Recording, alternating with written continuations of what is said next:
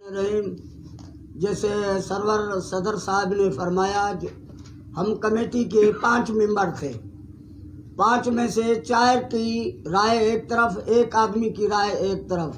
اس کے بعد یہ سلیکشن نہیں ہوا ہے، الیکشن ہوا ہے، ہر آدمی نے ہاتھ کھڑے کیے۔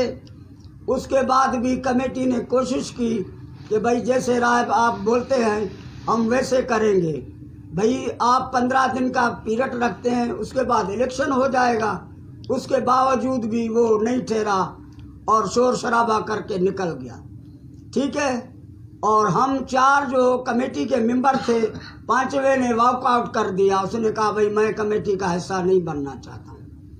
ہم 4 آدمی جو ہے وہ کمیٹی کا حصہ بنے، عوام نے ہاتھ کھڑے کیے اور ہم 4 کمیٹی کے ممبروں نے اس کو صدر سلیکٹ کیا۔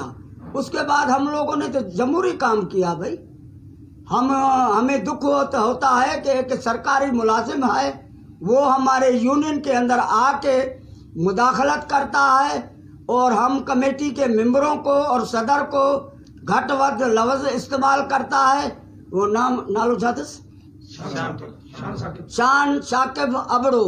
ہم یہ کلب کی اپنا اس تقریر کے توسل سے ہم اس سے تمبی کرتے ہیں کہ مہربانی کر کے مزدور یونین کے مسئلے میں آپ نہ آئیں، گورنمنٹ ملازم ہے، نہیں تو ہم آپ کے ادارے کو شکایت کریں گے اور آپ سمجھتے ہیں۔ والسلام۔